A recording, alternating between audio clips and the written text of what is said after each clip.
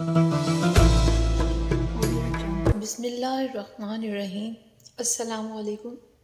حضرت علی رضی اللہ عنہ کی کرامت کا ایک خوبصورت واقعہ پیش کرتے ہیں۔ ویڈیو کو آخر تک ضرور دیکھیے گا اور صدقہ جاریہ کی نیت سے شیئر بھی کیجیے گا۔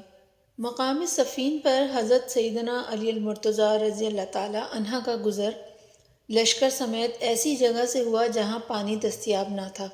لشکر نے آپ رضی اللہ تعالیٰ عنہ سے پانی کی نایابی پر شکوہ کیا تو آپ نے ایک جانب جا کر فرمایا کہ یہاں کھدائی کرو۔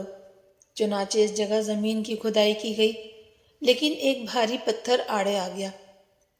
حضرت علی رضی اللہ تعالیٰ عنہ نے آگے بڑھ کر اس پتھر کو ایک ہی جھٹکے میں باہر نکال دیا۔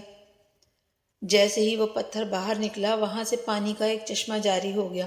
آپ رضی اللہ تعالیٰ عنہ کے لشکر نے اور جانوروں نے سیر ہو کر وہ پانی پیا۔ جب لشکر نے اپنی تمام مشقیں پانی سے بھر لیں تو حضرت سیدنا علی المرتضیٰ رضی اللہ تعالیٰ عنہ نے دوبارہ پتھر اسی جگہ پر رکھ دیا، جس سے پانی کا وہ چشمہ بند ہو گیا۔ حضرت علی رضی اللہ تعالیٰ عنہ کی اس کرامت کو دیکھ کر قریب واقع ایک گرجا کا پادری آپ رضی اللہ تعالیٰ عنہ کی خدمت میں حاضر ہوا اور درخواست کی کہ مجھے دائرہ اسلام میں داخل فرمائیں۔ حضرت علی رضی اللہ تعالیٰ عنہ نے دریافت کیا، تم ابھی تک مسلمان نہیں ہوئے؟ اس پادری نے کہا، میں نے الہامی کتابوں میں پڑھا ہے کہ اس جگہ ایک پوشیدہ چشمہ ہے جسے وہ جاری کرے گا جو نبی آخر الزماں کا وصی ہوگا، اور آپ رضی اللہ تعالیٰ عنہ یقیناً نبی آخر الزماں کے وصی ہیں۔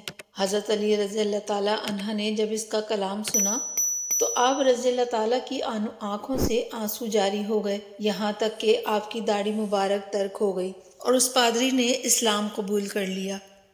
سبحان اللہ۔